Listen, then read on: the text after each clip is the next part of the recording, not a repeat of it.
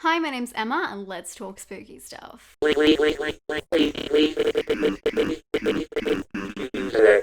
I'm really excited about today's video. Stir of Echoes is one of my favorite ever underrated thrillers. So when I heard out of nowhere that David Koepp would be teaming back up with Kevin Bacon for a new mystery thriller about a house, I was pretty stoked. You Should Have Left is a horror mystery about a couple and their young daughter that travel to stay at a beautiful yet strange home in Wales. Susanna, played by Amanda Seyfried, is an actress who is independent and busy shooting multiple projects, while her husband Theo, played by Kevin Bacon, is dealing with jealousy issues and the haunting of his past. Their relationship is strained by their parallel lives, so when they decide to take some time out together as a family, they are unaware of the horrors waiting for them within their holiday home walls. The film is based on a novella of the same name by Daniel Kilman, and this makes a lot of sense given the pacing of the film. There are certain aspects that are really focused on giving a lot of detail and context to situations that don't really have any payoff. What I'm talking about is mainly the relationship between Susanna and Theo, and this is where the film's intent becomes confusing. I found it strange yet interesting to watch the couple's relationship unfold. At first, I wasn't sure if some of the pieces were missing, and I would have to wait to find out certain aspects. Theo seemed really unnatural with his daughter Ella, and he is not a new father by any means. She's clearly not that young. The relationship just seemed off to me, and I was hoping that there was a certain reason for this, but that never came to light. Additionally, the dialogue and the chemistry between Seyfried and Bacon, for me, just didn't read like an old relationship. It seemed like a new one where they weren't 100% comfortable with each other. When I found out that it was based on a novella, I was not surprised. I find this to be a common downfall for adaptations.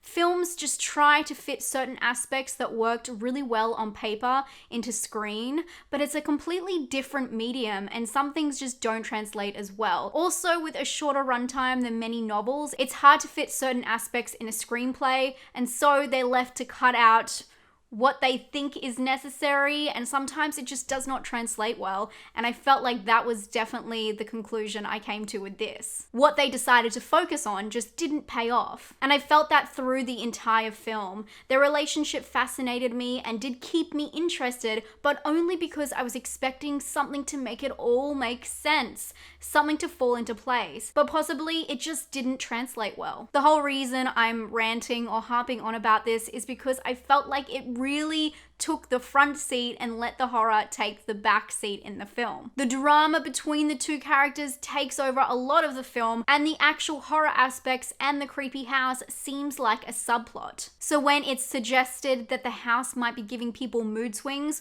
which gives me mad Amityville horror vibes, it's hard to distinguish between their relationship issues and mood swings because that's not the focus of the film. What the house is doing to the people is not the focus. The focus is set on their relationship.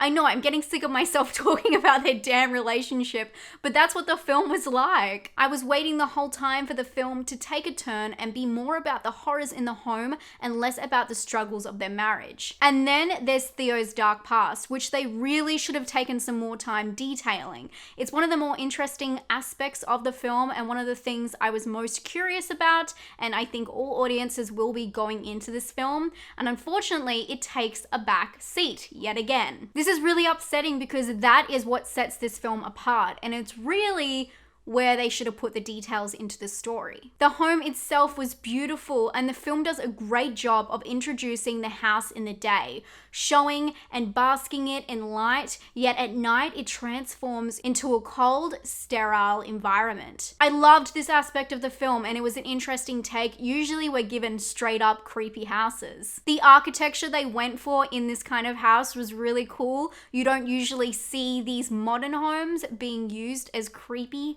haunted homes, but the explanation behind it is pretty creepy, and I really loved that part of the film. I wish it was expanded on a little bit more. Unfortunately though, because there's so much focus elsewhere during the film. I feel like the house, again, takes a back seat. I know I'm a broken record at this point. And the house's transformation into Terror House seems rushed towards the end of the film, adding in unnecessary jump scares, cliches, and CGI aspects to amp up the horror in the final moments. The film goes from having a unique setting, unique relationship, mysterious backstory, to focusing just on the drama and rushing the rest, completely gliding over the aspects that should have been hidden within the story for a complete and shocking payoff. My point is, they didn't lay out the breadcrumbs very carefully, they just kind of let them fall where they may, and then they distracted you with all of the drama and then tacked on the horror to the end. I sound very harsh, but that's how I felt about this film. It would have actually worked out really great if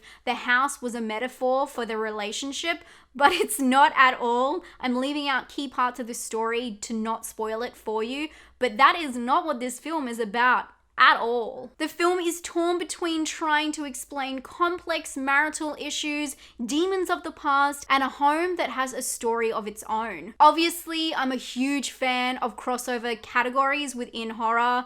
I mean, haunted past meets haunted house. Love it. But I wish the film had kept the tension that it built up in the first act instead of focusing on the wrong aspects. At the end of the day, my expectations for this film were really high. There were even rumors that it could be based on House of Leaves.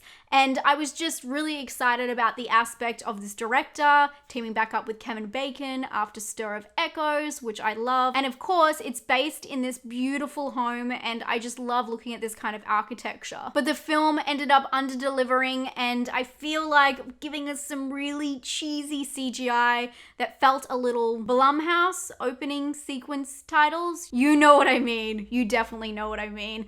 But I am glad I watched this movie. It was entertaining, but it is not perfect, and I'm here to let you guys know what to expect, and hopefully this was helpful. I'm gonna give this one a personal score of 6, a scare score of, man, this is hard. I would say like a 5. There's some really intense moments, especially at the start, but then it kind of plateaus. And for originality, I'm gonna give it a 3 because did not work for that aspect at all. I hope you guys are having a great day. I hope that this was helpful for you. If you do want to give it a thumbs up, I would really appreciate that. If you haven't subscribed, I do 2 new videos every single week. And thank you for all your great feedback on my soundtrack video. I'm so glad you guys love that. So I'm doing a part 2, and that's coming up next. So if you haven't subscribed, please do. I do 2 videos every single week, and next up I'm going to talk about some amazing horror themes, why they're scary, and how they came to be. I hope you guys are having a great day. Let me know if you've seen this film down below. Let me know what you thought. Let me know what you thought about my thoughts. And hopefully you go in with lower expectations than me. I'll talk to you very soon. Bye.